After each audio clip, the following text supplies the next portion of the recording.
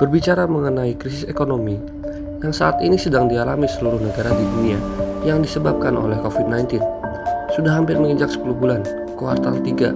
Pandemi ini menghantui kehidupan seluruh umat manusia. Sahabat sudah tahu dan mengalami semua.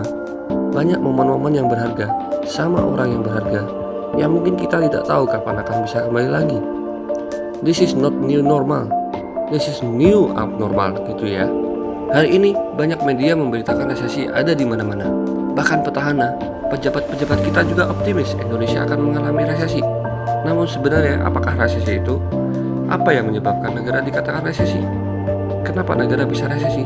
Apa dampak dan penyebabnya? Oke, kita bahas satu-satu ya.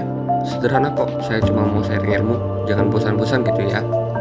Secara umum resesi adalah keadaan di mana suatu negara mengalami penurunan kegiatan ekonomi, dihitung secara Y on Y, year on year.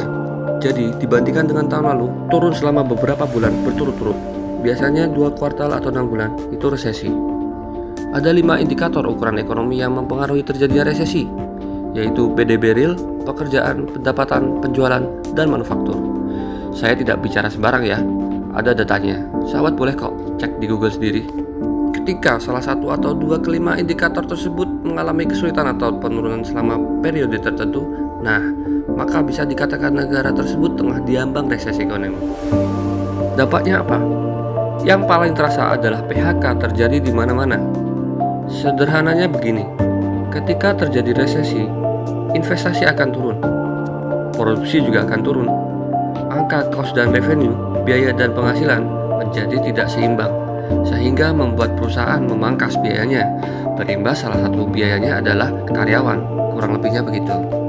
Namun tahukah sahabat, negara adidaya, adikuasa, negara dengan segala kekuatannya, ya negara Amerika, world sheriff country, polisinya dunia, ternyata pernah mengalami krisis ekonomi terparah yang pernah ada, dengan sebutan populernya adalah The Great Depression. Kali ini kita bahas sejarahnya, jangan kemana-mana dulu ya. The Great Depression adalah bencana ekonomi terburuk sepanjang sejarah manusia yang terjadi pada tahun 1929 yang menyebabkan Amerika mengalami penurunan ekonomi sampai dengan 40% selama kurun waktu 10 tahun. Jadi peristiwa ini bermula dari tahun 1920-an, di mana pada periode tersebut Amerika mengalami kenaikan ekonomi yang luar biasa pesat. National wealth, kekayaan negara, naik sampai 2 kali lipat.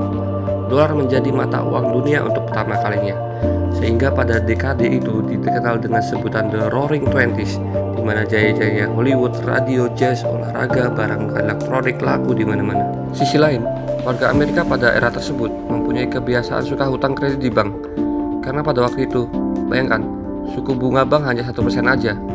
Bagaimana orang tidak tertarik? Cicilan dikenai bunga cuma 1%. Hutang tersebut mereka gunakan untuk beli saham-saham perusahaan Amerika yang sedang berkembang pesatnya, bahkan naik mencapai 500% di Wall Street, bursa saham Amerika.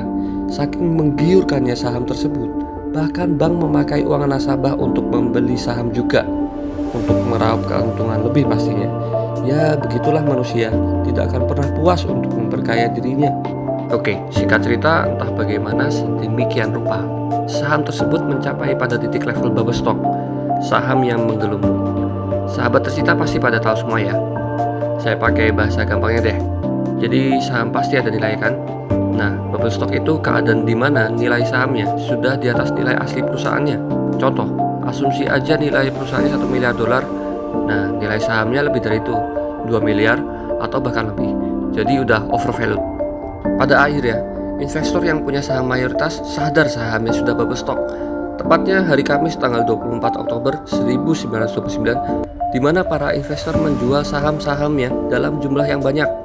Saat itu terjadilah penurunan saham yang sangat tajam sampai 12%. Bayangkan, normalnya saham itu turun 5% aja udah dianggap turun drastis, apalagi 12% gitu ya.